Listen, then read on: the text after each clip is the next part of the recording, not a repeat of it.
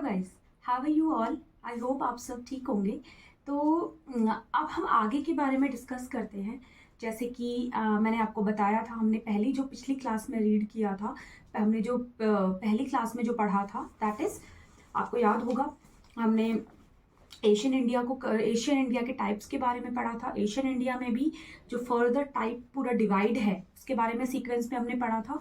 अब हम जो स्टोन एज के हमने 3 पार्ट में डिवाइड किया है स्टोन एज को, which is Palaeolithic period, Mesolithic period and Neolithic period. इसको हम कवर करेंगे डिटेल में। चलिए स्टार्ट करते हैं।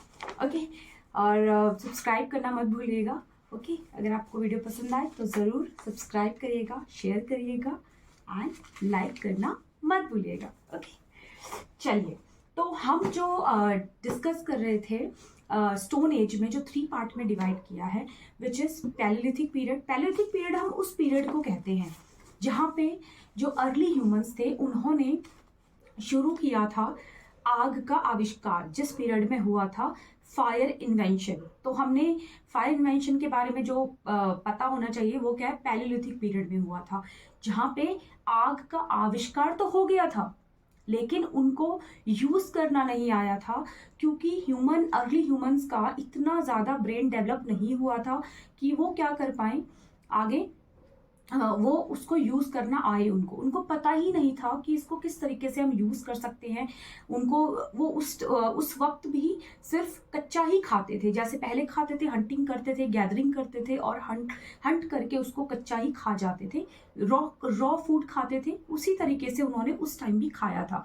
लेकिन धीरे धीरे जब उनका माइंड डेवलप हुआ तो आपको ये समझ में आया, पैलियोलिथिक पीरियड हम उस पीरियड को कहते हैं जहाँ पे कोई भी फायर इन्वेंशन हो गया था, लेकिन उसको यूज करना नहीं आया। ओके, लेकिन यहाँ पे आविष्कार जरूर हो गया था। इस समय जो मनुष्य थे वो अभी क्या थे, औजार यानी कि जो टूल्स थे बनाकर जानवरों का यानी शिकार किया करते थे, ठीक है, और भोजन संग्रहण किया करते थे, ठीक है, फूड गैदरिंग जिसे बोलते हैं, फूड गैदरिंग करना उनका मुख्य काम था, मेन काम था। ओके, धीरे धीरे मनुष्य का फिर ब्रेन डेवलप हुआ।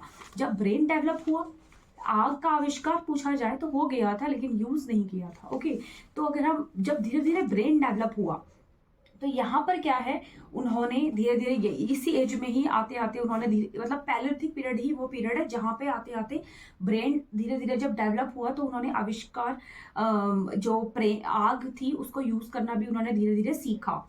लेकिन मेसोलिथिक पीरियड हम किस चीज के लिए जो फेमस है, जिस चीज के लिए इंपॉर्टेंट है मेसोलिथिक पीरियड, वो माना जाता है डोमेस्टिकेशन के लिए, यानी कि पशुपालन के लिए। यानी कि पशुपालन क्या है, मेसोलिथिक पीरियड में शुरू हो गया था। पशुपालन क्या है, डोमेस्टिकेशन बोलते हैं, जानवरों को पालना और उनको खेती बाड़ी करना उनसे, ठीक है, उनको जो उनसे फूड प्राप्त होता है, फूड प्रोडक्ट प्राप्त होते हैं, उनको पता लग गया था। ठीक है, तो ये क्या है, पशुपालन की शुरुआत इसी एज में हुई थी जिसको कहा जाता है मेसोलिथिक पीरियड, जिसका पीरियड माना जाता है 8000 BC से 4000 BC का काल माना जाता है। ओके, तो ये पीरियड जो है पशुपालन की शुरुआत इस पीरियड में हो गई थी पूरी तरीके से। ठीक है, अगर हम बात करें यहाँ पे क्या है, अब हम बात करें जो नियोलिथिक पीरियड है यानी कि नव पाषाण काल, जो अभी हमने पहले पढ़ा था मेसोलिथिक, दैट इज मध्य पाषाण काल। ठीक है, मध्य पाषाण काल है। अगर हम नव पाषाण काल की बात करें, जिसे हम नियोलिथिक पीरियड का कहते हैं, 4000 BC से 2500 BC तक का पीरियड क्या कहा जाता है, नियोलिथिक पीरियड यानी कि नव पाषाण काल कहा जाता है। इस पीरियड को 4000 BC टू 2500 BC तक का पीरियड कहा जाता है नियोलिथिक पीरियड को, जिस काल में मनुष्य की शुरुआत क्या है, कृषि की शुरुआत की थी यहाँ पे इस एज पे। यानी कि अगर हम नियोलिथिक पीरियड की बात करें तो नियोलिथिक पीरियड में उन्होंने धीरे धीरे कृषि करना, एग्रीकल्चर शुरू किया था। ओके, जिस काल में मनुष्य ने कृषि की शुरुआत की थी, इसी पीरियड को हम क्या कहते हैं, नियोलिथिक पीरियड कहते हैं। नियोलिथिक पीरियड कहा जाता है इस पीरियड को, किस लिए फेमस है, फर्स्ट अगर हम पैलियोलिथिक पीरियड की बात करें तो पैलियोलिथिक पीरियड किस लिए फेमस है, फायर इन्वेंशन के लिए। फायर इन्वेंशन के लिए यानी कि आग का आविष्कार हुआ था। अगर हम मध्य पाषाण काल यानी कि मेसोलिथिक पीरियड की बात करें तो मेसोलिथिक पीरियड में डोमेस्टिकेशन शुरू हो गया था, पशुपालन शुरू हो गया था। अगर हम बात करें third one which is Neolithic period, जैसे हम हिंदी में कहते हैं नवपाषाण काल, इस पीरियड में एग्रीकल्चर शुरू हो गया था, एग्रीकल्चर करना शुरू हो गया था। ओके, तो ये पीरियड क्या है, माना जाता है इस पीरियड को नवपाषाण काल। ओके, नवपाषाण काल में अगर हम और डिटेल में अगर हम पढ़ें, पैलियोलिथिक पीरियड सबसे इम्पॉर्टेंट है, बहुत ज़्यादा इम्पॉर्टेंट है। ओके, यहाँ पे सिर्फ और सिर्फ पाषाण का यूज़ करते थे। जो अर्ली ह्यूमंस थे, जो आदि मानव थे, वो सिर्फ यूज़ करते थे पाषाण का, यानी कि स्टोन्स का यूज़ किया करते थे। Okay, in this period man invented fire, as I told you. Okay, कि ये क्या है, फायर इन्वेंशन पीरियड माना जाता है। मेन वर्क यहाँ पे जो ड्यूरिंग द जब क्या था मेन वर्क वहाँ पे उस टाइम पे फूड गैदरिंग था। फूड गैदरिंग सबसे मेन वर्क माना जाता है। हंटिंग सबसे मेन माना जाता है। हंटिंग करते थे, गैदरिंग करते थे पैलियोलिथिक यानी कि पूरा पाषाण काल में। ओके, जैसे कुछ टूल भी यूज करते थे जब वो फूड गैदरिंग करते थे या फिर फूड गैदरिंग या हंटिंग करते थे, उस टाइम पे वो कुछ टूल्स का यूज़ किया करते थे। ये टूल्स इंपॉर्टेंट है, आप टूल्स ज़रूर मेंशन कर लीजिएगा। हैंड एक्सिस, जो हैंड एक्सिस है ये शार्प तरीके का होता है, इनको यूज़ करते हैं। 3 मेन टूल का यूज़ करते थे ये, जिसको हम बोलते हैं hand axis, first one. Second होता है क्लीव्स, और थर्ड इज जो स्क्रपलर्स होता है, जो स्क्रपलर्स होते हैं, इनको यूज़ किया करते थे। तो ये 3 तरीके के टूल्स थे जिनको वो यूज़ करते थे। ओके, तो ये क्या है, प्री हिस्टोरिक पीरियड की बात करते हैं।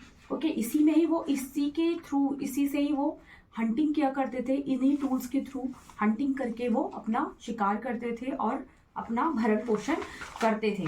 अगर आपसे एविडेंसेस की पूछा जाए कि एविडेंसेस कहाँ से प्राप्त हुए हैं पैलियोलिथिक पीरियड के, तो सबसे पहला जो एविडेंसेस प्राप्त हुआ है वो प्राप्त हुआ है बेलन रिवर से। बेलन रिवर वैली से हमें प्राप्त हुआ है, जो कि अभी रिसेंटली कहाँ है, यूपी प्रयागराज में। ओके, तो बेलन रिवर वैली क्या है, यहाँ से हमें पैलियोलिथिक पीरियड के कुछ एविडेंसेस प्राप्त हुए हैं, जिसके प्रूफ से हम कह सकते हैं कि यहाँ पर ये इन्वेंशन या फिर ये सोर्स प्राप्त हुए हैं, जिसे हम पैलियोलिथिक पीरियड का टाइम पीरियड कहते हैं। सेकंड जो एविडेंस मिला है हमें वो सोहन रिवर वैली से मिला है, सोहन रिवर वैली से। और थर्ड वन जो मिला है वो नर्मदा रिवर वैली से मिला है, जो कि अभी मध्य प्रदेश में है। सोहन रिवर वैली की बात करें तो आपको पता ही चल रहा होगा, ये पंजाब से है। ओके, पंजाब में है। तो ये 3 तरीके के हमें कुछ एविडेंसेस प्राप्त होते हैं पैलियोलिथिक पीरियड के। ओके, पैलियोलिथिक पीरियड सबसे बड़ा पीरियड माना जाता है, लंबा पीरियड माना जाता है। जैसे हम एशियन इंडिया ही का ही पार्ट है ये, तो एशियन इंडिया खुद में ही एक बहुत बड़ा पीरियड माना जाता है, जिसको हम बड़ी क्लास में बच्चों के लिए जो होता है वो होता है, लेकिन जो स्टार्टिंग में हम कवर कर रहे हैं वो धीरे धीरे छोटी छोटी चीज़ों से होते हुए आगे जाएंगे। ओके, तो ये क्या है, इसमें हमें कुछ केव पेंटिंग्स भी मिली है, केव पेंटिंग के प्रूफ्स भी मिले, एविडेंसेस मिले हैं, जो कि भीमबेटका मध्य प्रदेश से मिले हैं, मध्य प्रदेश भीमबेटका से मिले हैं।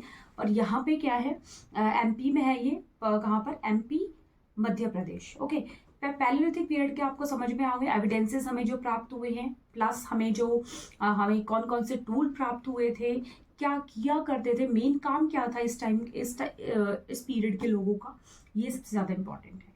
ओके, आई होप आपको समझ में आई हो। आगे जो मेसोलिथिक पीरियड को हम डिटेल में पढ़ेंगे वो आगे की क्लास में पढ़ेंगे। ऐसे ही हम नियोलिथिक पीरियड के बारे में पढ़ेंगे कि उसको डिटेल में पढ़ेंगे, उस टाइम पे क्या हमें एविडेंसेस मिले हैं, कौन से टूल यूज़ किया करते थे, फिर धीरे धीरे क्या क्या डेवलपमेंट हुआ अर्ली ह्यूमंस की लाइफ में। तो धीरे धीरे हम ऐसे ऐसे करके एक इंसान के रूप में कैसे बने ये हमें पता लगेगा। एक इंसान प्रॉपर कैसे बने, आपको तो पता है हमारे पूर्वज बंदर हुआ करते थे, तो आपको वो चीज़ पता है। तो धीरे धीरे क्या है, तो हमारे सभी के ही जो जीन्स में वो है पहले से ही। ओके, तो हम सब क्या है, एक इसके बारे में हम डिटेल में पढ़ेंगे आगे की वीडियोज़ में। ओके, तो थैंक यू सो मच। अगर आपको ये वीडियो पसंद आए तो लाइक, शेयर एंड सब्सक्राइब करना मत भूलिएगा, और ज़रूर ये वीडियो ज़रूर शेयर करिएगा अपने नोन में। ओके, एंड सब्सक्राइब करना मत भूलिएगा चैनल को। Thank you so much.